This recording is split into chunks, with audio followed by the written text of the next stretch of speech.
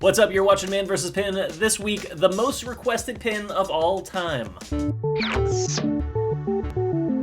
Suggested by a ton of you throughout the weeks. Tara, Phoebe, Murphy's Madness, Lollipopper, I gotcha.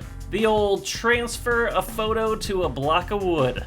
Now, I was steering clear of this pin because a lot of other people have done it before and have been successful at it, so no point of me having to do it. It looked like a bunch of BS. That's for sure. Now, I haven't had a win in a while, so I was like, alright, I'll do this one, get my numbers back on track. Pinometer, give me something good. I can roll with that. First up, I got my photo. I had a really bad bath salts problem a while back. This picture reminds me of those times. It's an 8x10, so I got myself a block of wood the same size. Then I picked up this matte gel and a couple brushes. First step is to apply the matte gel to the surface of the wood. A nice, thick, even coat. I then place the photo face down on top of the wood. And then with a library card, I'll smooth out any bubbles or uneven surfaces. Then I just let it sit overnight. As a backup, I got myself another even older photo. This one is really special because our family camel, Felix, is in this one. I applied this to another piece of wood and let that dry overnight as well. The next day, I took out a bowl of water and a clean sponge and applied a pretty good amount of water to the back of the bath salts photo. I let it soak in for a bit, then attempted to rub the back of the photo off, like I was told. Unfortunately, it wasn't that easy. I was up against my first obstacle. It sounded like plastic when I rubbed it, so that's not any good. However, with my X-Acto blade, I was able to just remove this first sheet of what seemed to be like a plasticky paper material over the back of the photo. Whatever the case, underneath it was the paper I was looking for, so I just applied more water and began to carefully rub off the back of the photo. And rubbed, I did, for what seemed to be a pretty ridiculous amount of time. And it kind of started to suck, honestly, because nothing was happening. And then I came across another layer of paper that I had to remove. And back to rubbing. Just rubbing it out.